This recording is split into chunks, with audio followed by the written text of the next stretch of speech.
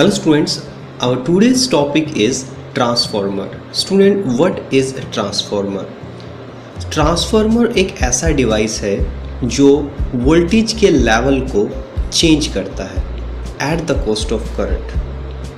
For example, हमारे घरों में जब इलेक्ट्रिसिटी आती है वो आती है 220 वोल्ट पर, बट मेन पावर स्टेशंस पे जो इलेक्ट्रिसिटी जनरेट की जाती है वो बहुत ज़्यादा हाई वोल्टेज पे होती है, अप्रोक्स 22,000 वोल्ट पे, और उसी वोल्टेज पर उसे ट्रांसमिशन लाइन से हमारे तक ट्रांसमिट किया जाता है।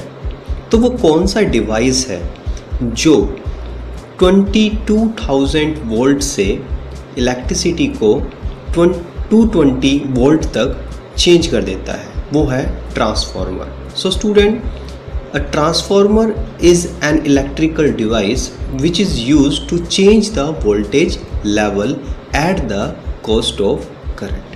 Hence, you can write it is an electrical device.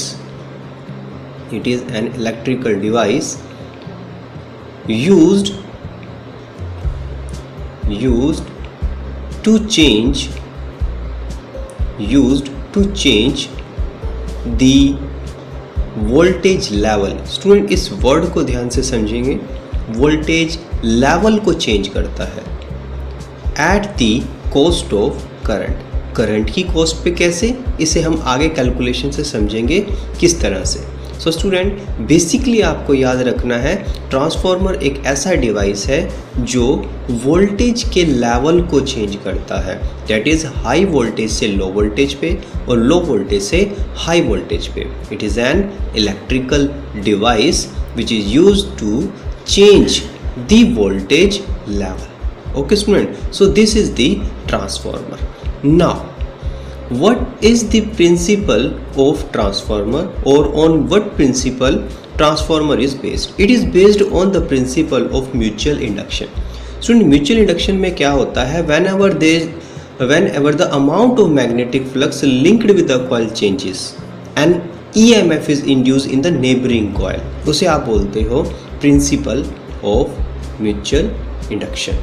So this is the principle of transformer. A transformer is based on the principle of mutual induction. Principle of mutual induction. Principle of mutual induction. That is, इसमें दो coils होती हैं. Whenever the amount of magnetic flux, whenever the amount of magnetic flux linked with a coil changes,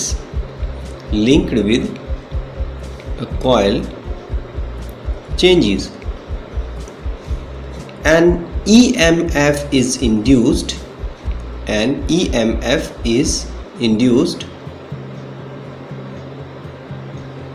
in the neighboring coil. This is mutual induction and this is the principle of transformer. Okay student, so आपको याद रखना है principal जिस पे based है transformer, it is mutual induction. Okay, now बात कर लेते हैं कंस्ट्रक्शन की, ट्रांसफार्मर की कंस्ट्रक्शन। स्टूडेंट, बेसिकली इसमें टू कॉइल्स होती हैं। First one is primary coil and second one is the secondary coil. ठीक है, इसमें कुछ नंबर ऑफ टर्न्स होंगे प्राइमरी में, सेकेंडरी में कुछ और होंगे, दैट इज दोनों में सेम नहीं होंगे। तो प्राइमरी पे इनपुट होता है और सेकेंडरी पर आउटपुट लिया जाता है। सो स्टूडेंट, इसमें क्या होता है, किस तरह से ये प्रिंसिपल होगा। स्टूडेंट, हम प्राइमरी में कुछ AC इनपुट प्रोवाइड करते हैं। जब AC इनपुट प्रोवाइड करते हैं, उसका जो मैग्नेटिक फील्ड होता है वो भी वेरिएबल होगा, चेंजिंग होगा।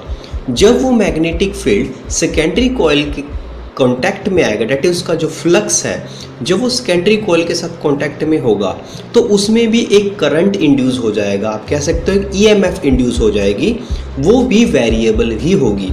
स्टूडेंट, इसकी वजह से भी मैग्नेटिक फील्ड जनरेट हो जाएगा, उसका फ्लक्स प्राइमरी के साथ लिंक करेगा, सो स्टूडेंट इनका जो फ्लक्स है आपस में जो लिंक करेगा, जिससे एक दूसरे में ईएमएफ इंड्यूस होनी स्टार्ट हो जाएगी। बट इस समय में ये पैटर्न हमें समझ नहीं आ रहा, ये सारा का सारा पैटर्न, सारा मैग्नेटिक फ्लक्स दोनों कॉइल को नहीं मिल रहा है, कुछ लॉस हो रहा है। तो इसके लिए हम क्या करते हैं, इसके लिए हम एक आयरन का कोर यूज़ करते हैं। आयरन कोर यूज़ करने से क्या होता है, जो ये लाइंस इधर उधर हैं जो कि बीच में रह गई, ये लाइंस वेस्टेज नहीं होगी फ्लक्स का, वो सारी मैग्नेटिक लाइंस प्राइमरी से सेकेंडरी तक, सेकेंडरी से प्राइमरी तक इस तरह से आ जाएंगी। सो स्टूडेंट इस तरह से हमने जो आयरन कोर यूज़ किया है, ये आयरन कोर की यूज़ करने की वजह से सारी लाइंस जो हैं वो बीच में आ गई। दूसरा, हमने इसे छोटे छोटे पीसीज में कट किया हुआ है, जो कट किया है, कट करके फिर उसे दोबारा जोड़ दिया जाता है। इस प्रोसेस को हम लैमिनेशन बोलते हैं। स्टूडेंट हमने ऐसा क्यों किया, हमने एक आयरन का बल्क पीस क्यों नहीं लिया है, क्योंकि अगर हम इसे बल्क पीस में लेते हैं तो बल्क पीस में लेने से इसमें एडी करंट सेटअप हो जाता है बहुत ज़्यादा अमाउंट पे, जिसमें हीट की फॉर्म में लॉस होता है। अगर सपोज करो हम इस फ्रेम को कट ना करके इसका एक कंप्लीट मेटल का पीस ले लेते हैं इस तरह से, तो उसमें क्या होगा स्टूडेंट, इसमें देखते हैं कि एडी करंट किस तरह से जनरेट होगा। अगर मैं इसका क्रॉस सेक्शन में आपको दिखाऊं तो यहाँ पर एक एडी करंट सेटअप हो रहा है, क्योंकि ये चेंजिंग मैग्नेटिक फील्ड में रखा हुआ है जो कि बदल रहा है, और इसमें इस तरह से एडी करंट सर्कल्स की फॉर्म में बन रहे हैं, कॉन्सेंट्रिक सर्कल्स बन रहे हैं जो कि एडी करंट्स है। इससे ज़्यादा हीट का लॉस हो रहा है, ज़्यादा हीट लॉस हो रहा है। बट अगर हम इसे छोटी छोटी स्ट्रिप्स में कट कर देते हैं तो क्या होगा, अगर मैं इस पीस को स्ट्रिप्स में कट कर देता हूँ, तो मैं इसे स्ट्रिप में कट कर रहा हूँ। अब अगर इसमें देखा जाए जो एडी करंट है वो टूट चुका है, वो अलग अलग पोर्शन में अलग अलग है और छोटा है, मतलब वो कम है, उसका अमाउंट कम है, जिससे कम हीट जनरेट होती है। कम हीट का मतलब है कम हीट का लॉस होता है। इसलिए हम ये लैमिनेशन प्रोसेस करते हैं, जिसमें मेटल के एक बल्क पीस को, जिसे हम कोर बना रहे हैं, उसे छोटे छोटे स्ट्रिप्स में कट कर देते हैं।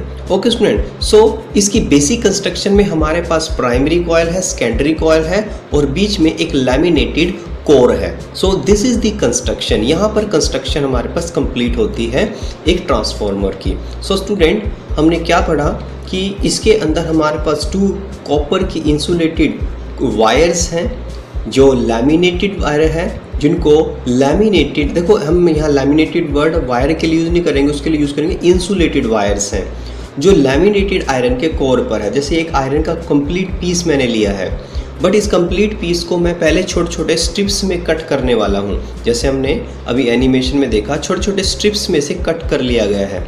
तो स्टूडेंट हम सबसे पहले इसे छोटे छोटे पीसीज में कट कर रहे हैं इस तरह से। ओके, तो इस तरह से हमने इसकी एक स्ट्रिप कट की है। इस तरह से हम डिफरेंट स्ट्रिप्स इस पूरे मेटल के बल्क पीस को इस तरह से स्ट्रिप्स में कट करेंगे और कट करने के बाद उसे जोड़ेंगे। इस प्रोसेस को हम बोलते हैं लैमिनेशन। लैमिनेशन करने से क्या होगा, लैमिनेशन करने से एडी करंट जो होते हैं वो कम हो जाते हैं, और एडी करंट कम होगा तो फिर से हीट लॉस भी कम होगा। तो लैमिनेशन प्रोसेस करने से हीट लॉस जो होता है वो कम होता है। बट आयरन का पीस हमें यूज़ इसलिए करना पड़ा क्योंकि आयरन का पीस यूज़ करने से जो फ्लक्स का लॉस है वो फ्लक्स लॉस कम होता है, क्योंकि आयरन एक फेरोमैग्नेटिक मटेरियल है, वो सारी की सारी मैग्नेटिक लाइंस को अपने में से पास होने देता है, इंस्टेड वो बाहर एयर या खाली जगह में पास हो। तो इससे फ्लक्स का लॉस जो होता है वो बहुत कम हो जाता है। तो स्टूडेंट हमने क्या किया, छोटी छोटी स्ट्रिप्स में कट कर लिया मेटल के पीस को, उसे जोड़ दिया, डेट इज़ द लैमिनेशन। अब हम यहाँ पर एक प्राइमरी वाइंडिंग करेंगे, इसे बोलेंगे प्राइमरी वाइंडिंग। यहाँ पर एक वायर हम इस तरह से वाउंड कर रहे हैं इसके चारों तरफ, इसी कुछ नंबर ऑफ टर्न्स हम बनाएंगे यहाँ पर। This is the primary coil. ये हमने जो वायर यूज़ की है ये हमारे पास है insulated copper wires. Insulated word इसलिए यूज़ कर रहे हैं क्योंकि ये जो वायर है, ये वायर के ऊपर एक कोटिंग है जिसकी वजह से ये ना तो आपस में कांटेक्ट में आ रही है, ना ही मेटल के पीस के साथ कांटेक्ट में आ रहे हैं, इसे इसको वर्ड यूज़ किया है इंसुलेटेड। तो ये इंसुलेटेड कॉपर की वायर है जिसे हम यूज़ कर रहे हैं प्राइमरी कॉइल के लिए।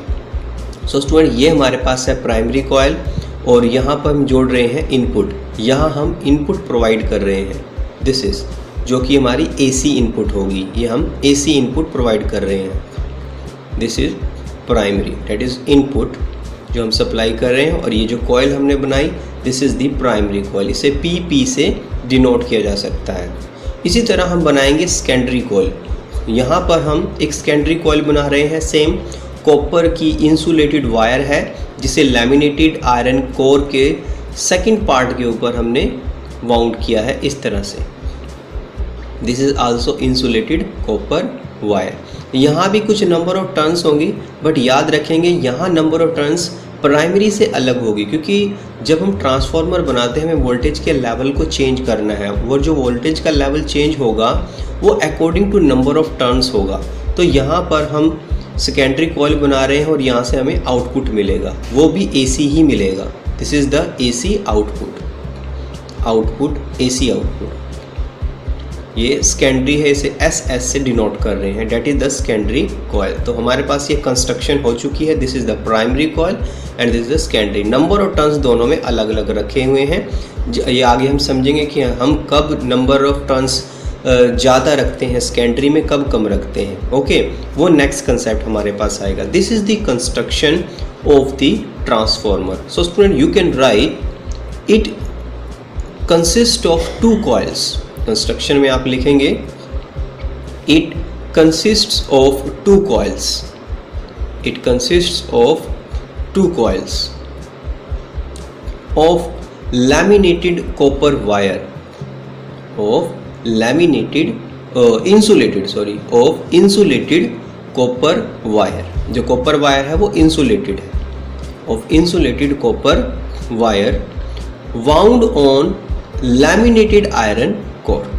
ओके स्टूडेंट, तो हमने इस वायर को जो कि इंसुलेटेड है, इंसुलेटेड कॉपर वायर है, उसे वाउंड किया है ऑन लैमिनेटेड आयरन कोर पर, on laminated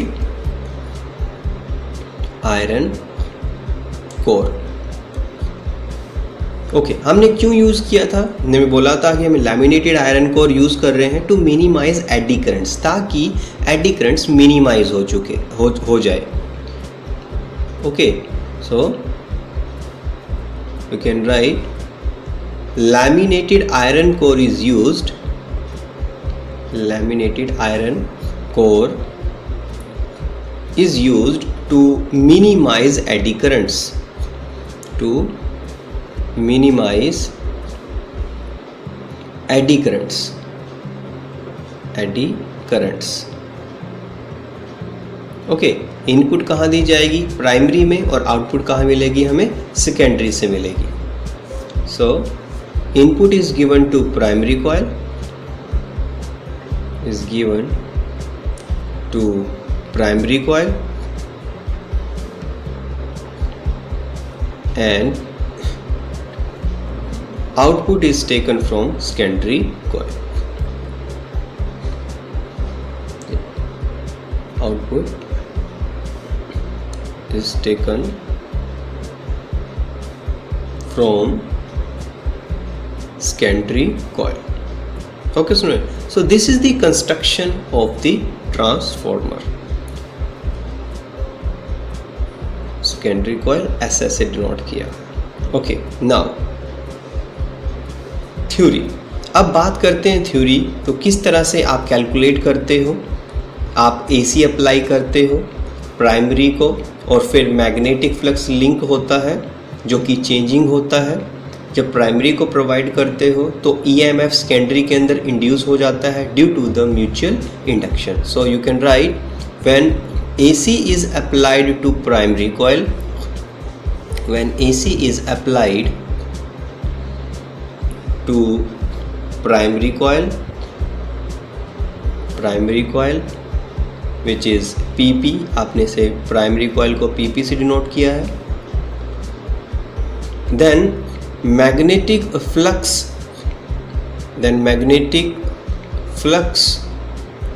linked with it changes,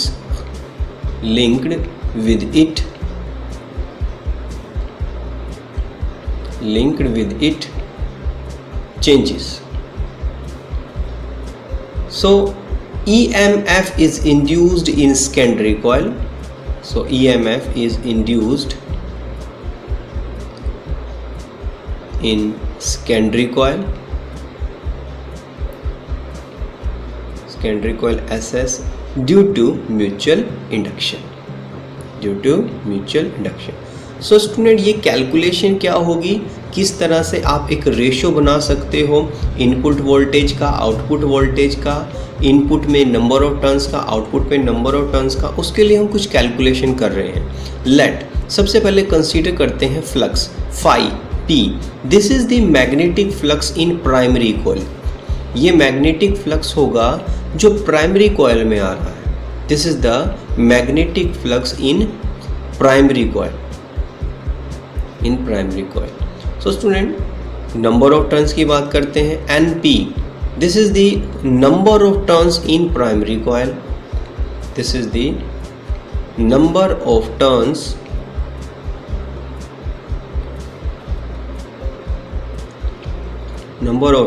in primary coil. Now phi S, this is the magnetic flux in secondary coil. Magnetic flux in secondary coil, and NS, this is number of turns in secondary coil. Number of turns in secondary coil.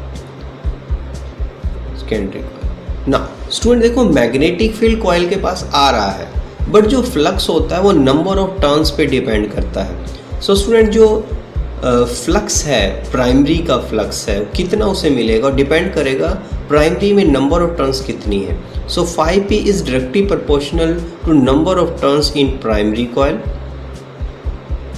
And flux secondary को कितना मिल रहा है वो secondary की number of turns पे depend करेगा। Flux in secondary is directly proportional to number of turns in secondary coil. Now अब प्रोपोर्शनल साइन अगर हटाया जाए तो इसके साथ कांस्टेंट आएगा, सपोज k आएगा, दोनों तरफ k आएगा, बट अगर उसे मैं डिवाइड करता हूँ वो k से k कट हो जाएगा।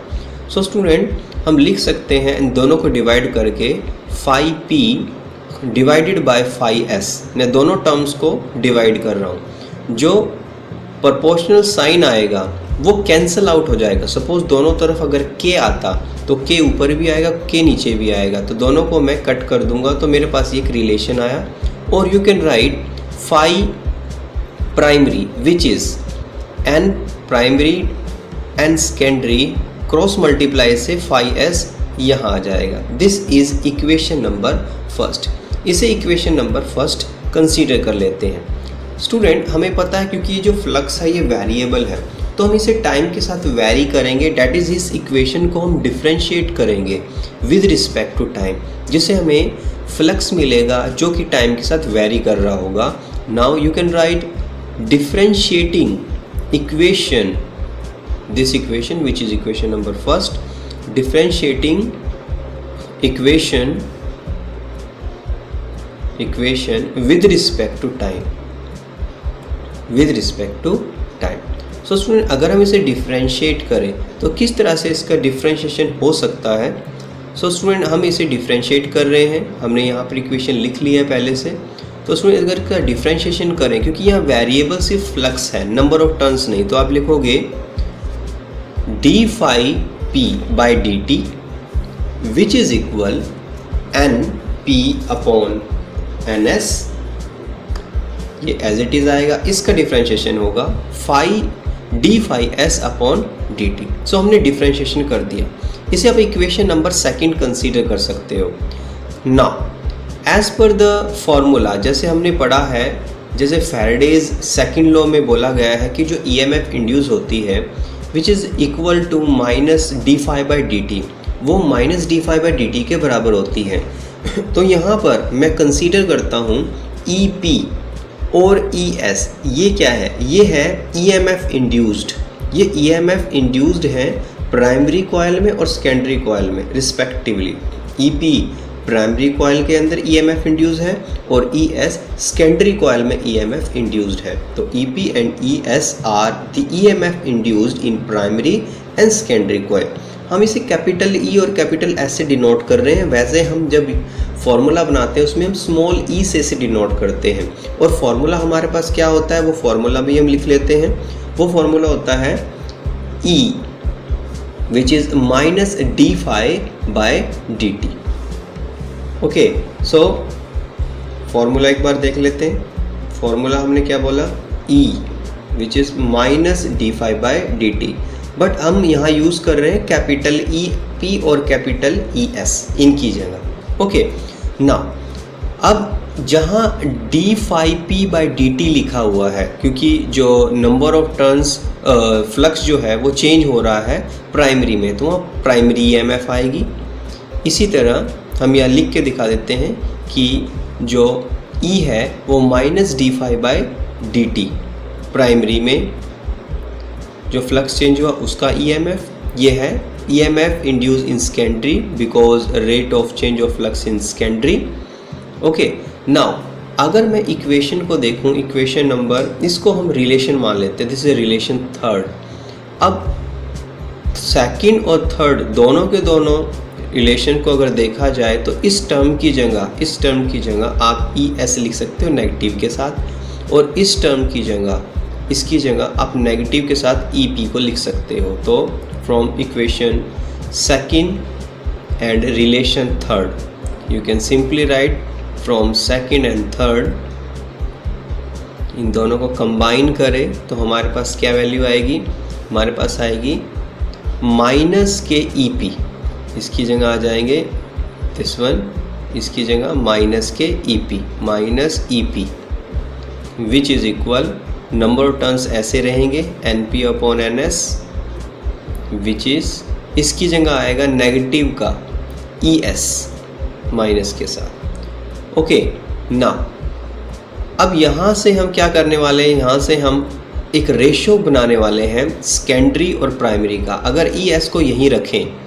ES को यहीं रखें और साथ ही साथ नेगेटिव को नेगेटिव से पहले कैंसिल कर देते हैं, और EP को इधर डिवाइड में ले आएं दिस वन, और ये दूसरी तरफ जाएंगे number of turns cross multiply से ENS ऊपर आ जाएगा और NP नीचे आ जाएगा।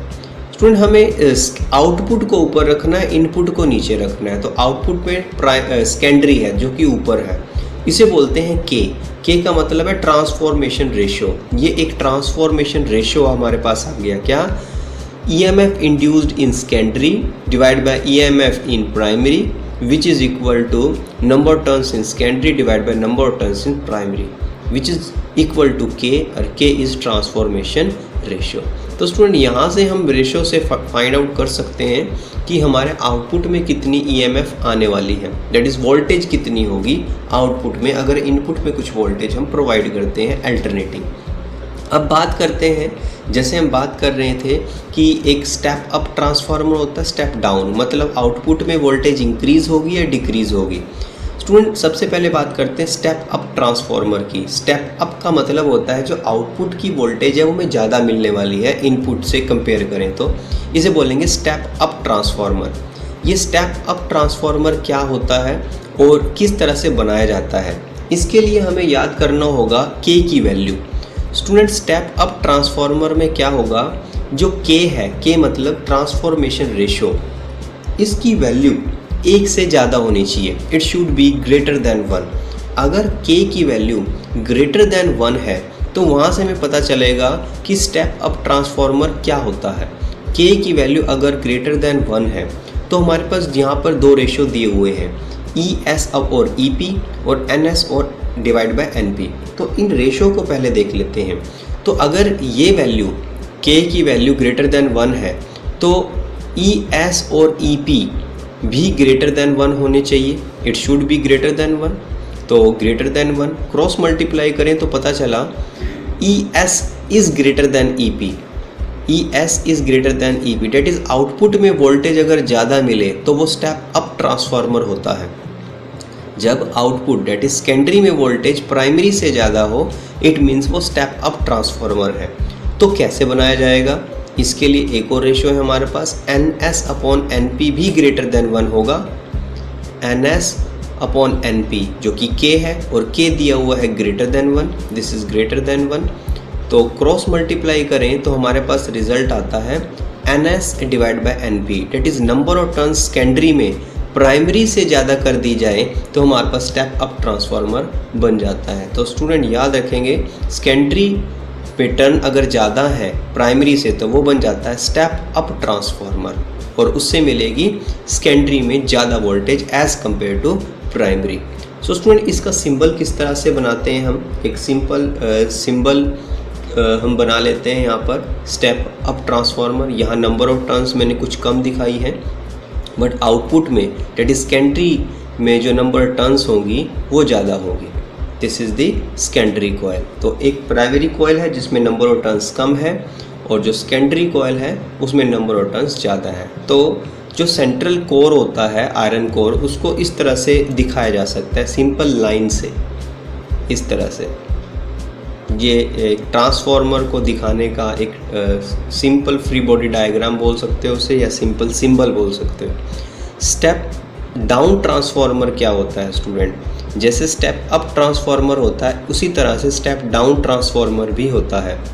अब स्टेप डाउन ट्रांसफार्मर में क्या होगा, स्टेप डाउन ट्रांसफार्मर में भी जो K की वैल्यू होती है वही बताती है कि स्टेप डाउन कैसे होगा। अगर K की वैल्यू लेस देन 1 हो जाए, डेट इज़ K मतलब ट्रांसफॉर्मेशन रेशियो अगर लेस देन 1 है, तो हमारे पास वो स्टेप डाउन ट्रांसफार्मर हो जाता है। क्यों बोलते हैं इसे step down transformer, less than 1 हो गया। स्टूडेंट हमारे पास सेम वही दो रेशियो हैं, एक EMF का डेट इज़ वोल्टेज का रेशियो है, और नंबर ऑफ टर्न्स का रेशियो है। तो उन्हीं से हम फाइंड आउट करते हैं हम इसे स्टेप डाउन ट्रांसफार्मर क्यों बोल रहे हैं। तो सबसे पहले ES/EP जो कि K के बराबर है और K लेस देन 1 है, क्रॉस मल्टीप्लाई करें, ES is less than EP, that is output में वोल्टेज हमें कम मिलने वाली है, तो इसे बोलते हैं step down transformer. That is secondary की वोल्टेज प्राइमरी की वोल्टेज से कम है, इसे ही बोला जाएगा स्टेप डाउन ट्रांसफार्मर। बट कैसे बनाया जाता है ये, एक और रेशियो हमारे पास है NS/NP। अगर NS डिवाइड बाय NP किया जाए विच इज़ लेस देन 1, तो क्रॉस मल्टीप्लाई से NS is less than NP। That is अगर सेकेंडरी कॉइल में नंबर ऑफ टर्न्स कम कर दिए जाते हैं तो वो हमारे पास स्टेप डाउन ट्रांसफार्मर बन जाता है। ओके स्टूडेंट, तो दो बातें स्टेप डाउन ट्रांसफार्मर के लिए याद करनी है, एक तो आउटपुट में वोल्टेज कम मिलेगा प्राइमरी से कंपेयर करें, नंबर ऑफ टर्न्स जो होंगी वो कम होगी। तो सिंबल में किस तरह से दिखाओगे, आपको प्राइमरी में नंबर ऑफ टर्न्स ज़्यादा दिखानी है इस तरह से, that is the primary coil, और आउटपुट में नंबर ऑफ टर्न्स कम दिखानी है, this is the secondary coil, this is primary coil. और सेंट्रल कोर के लिए आप स्ट्रेट लाइन दिखा रहे हैं इस तरह से। Okay student, so this is step down transformer. तो स्टूडेंट हमने पढ़ा है स्टेप अप ट्रांसफार्मर और स्टेप डाउन ट्रांसफार्मर। अब बात करते हैं, जैसे हम पहले हमने बात की थी, ट्रांसफार्मर एक ऐसा इलेक्ट्रिकल डिवाइस है जो वोल्टेज लेवल को चेंज करता है at the cost of current. तो स्टूडेंट उसके लिए हम कुछ कैलकुलेशन कर लेते हैं। In ideal condition there is no loss of energy. हम आइडियल कंडीशन की बात करें तो यहाँ एनर्जी का कोई लॉस नहीं होना चाहिए, या दूसरी लैंग्वेज में कहें जितनी इनपुट पे हमने पावर दी है उतनी आउटपुट पे हमें पावर मिलनी चाहिए, कोई लॉस नहीं होना चाहिए, चाहे वो फ्लक्स लॉस है या कोई दूसरा लॉस है। So student you can write in ideal condition there is no loss of energy. When there is no loss of energy, there will be no loss of power. वहाँ power का कोई loss नहीं होगा, there is no loss of power. So अगर कोई loss of power नहीं है तो आउटपुट की पावर और इनपुट पावर दोनों बराबर होनी चाहिए। Therefore output power should be equal to input power. Student power का एक फॉर्मूला हम पहले पढ़ चुके हैं। जब पावर का फॉर्मूले की बात होती है वहाँ वोल्टेज और करंट को अगर मल्टीप्लाई कर दिया जाए तो उसे हम पावर बोलते हैं। इसी तरह हम लिख सकते हैं EMF या EMF induced into current, that is power. Output में हमारे पास सेकेंडरी है तो यहाँ पर हम S लिख सकते हैं, डेट इज़ आउटपुट को हम सेकेंडरी से रिप्रेजेंट कर सकते हैं और इनपुट को हम प्राइमरी से। सो पावर का फॉर्मूला हम बोल रहे थे which is V into I, that is voltage into current, voltage into current. अब वोल्टेज, यहाँ पर हम वोल्टेज को E से रिप्रेजेंट कर रहे हैं। अगर मैं सेकेंडरी की बात करूं तो ES से, अगर प्राइमरी की बात करें तो EP से। तो आप यहाँ पर इन आउटपुट लिख रहे हो तो आउटपुट को हम सेकेंडरी बोल रहे हैं। तो यहाँ ES इंटू IS लिख सकते हैं, ES IS which is equal to E primary I primary. ये इनपुट है, इनपुट को प्राइमरी से। अब अगर हम इसका रेशो बनाएं वोल्टेजेस का, E secondary divide by E primary which is equal to I primary divided by I secondary, I secondary. तो यहाँ पर आप देखोगे कि जो EMF है और जो करंट है ये दोनों इन्वर्सली प्रोपोर्शनल है। Current secondary secondary, primary primary, आप देखोगे ये एक दूसरे के इन्वर्सली प्रोपोर्शनल है। सेकेंडरी में EMF बढ़ेगी तो करंट घटेगा, अगर सेकेंडरी में EMF घटेगी तो करंट बढ़ेगा। डेट इज़ ये दोनों एक दूसरे के कॉस्ट पर हो रहे हैं। सो student you can right EMF is changed eight the cost of current. जो EMF चेंज हो रही है वो करंट के कॉस्ट पर हो रही है। सो EMF इज़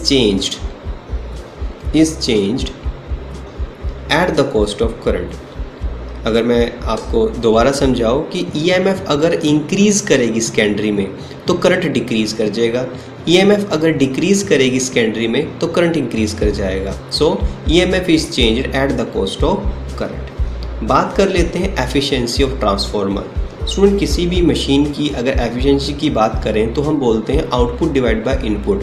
सो ट्रांसफार्मर की एफिशिएंसी क्या होगी?